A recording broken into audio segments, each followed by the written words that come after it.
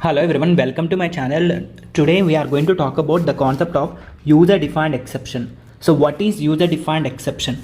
See, in previous video we know that what is an exception as well as how to define try block and catch block and finally statement, right? So let us talk about the concept of user defined exception.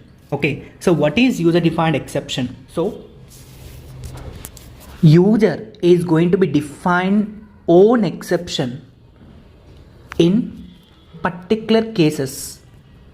Okay, so most of the programs, out of 1000 programs, 999 programs completely depends on exceptions, predefined exceptions. Okay, that one program we had to use some kind of providing our own message as per the requirement of our software. Okay, so a user defined exception is going to be defined by the user. Okay, so in this case we should follow the few steps. What are the steps we have to study? That is our topic.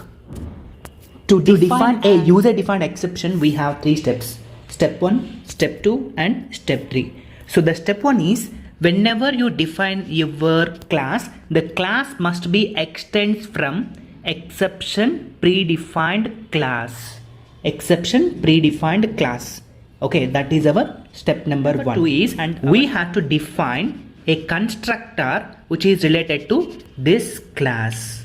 Okay, and this constructor contains one argument. The argument is called as string. Okay, so this string holding some message. This message we are going to passing to this kind of exception.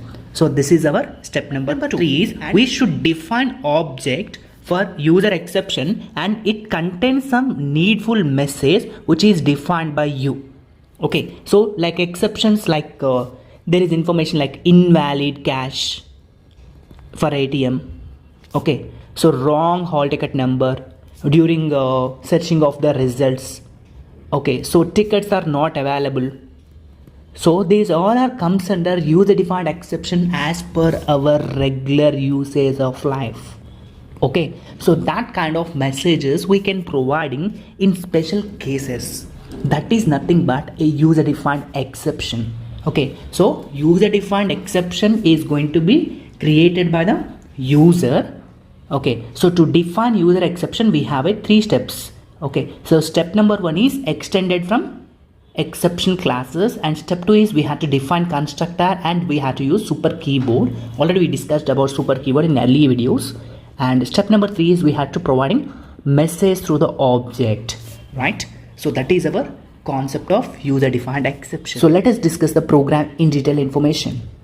See, this is our program. So in this program we are taking a bank application. Okay, and we are going to maintain an array. This array contains 4 values. That means these 4 values are nothing but 4 customers of the bank. Okay, and we are taking one more array. This array contains balance of the 4 customers. Okay, so as per our discussion, so there is a step 1. This is nothing but this is our step number 1. Okay, and the step 2 is, so this is our step number 2. Okay, we are taking bank string str super of str, and this is comes under step number 3. So this program tells you that if bank balance is less than 1000 you will get a message. Okay, so balance amount is less, right? That is our program. Okay, so in this case we are taking 3 strings. One is name is private, balance is private. This is our step 2. In main we are taking account number and we have to define try block. So in a try block we are defining account number, double quotations for output purpose, and we are taking for loop because it is more than one value like 1 2 3 4. So we are using 4. Index is starting from 0 and values are 0 to 3. And here you can clearly observe that we are printing all the account details. If any account is less than 1000, then we are providing some message.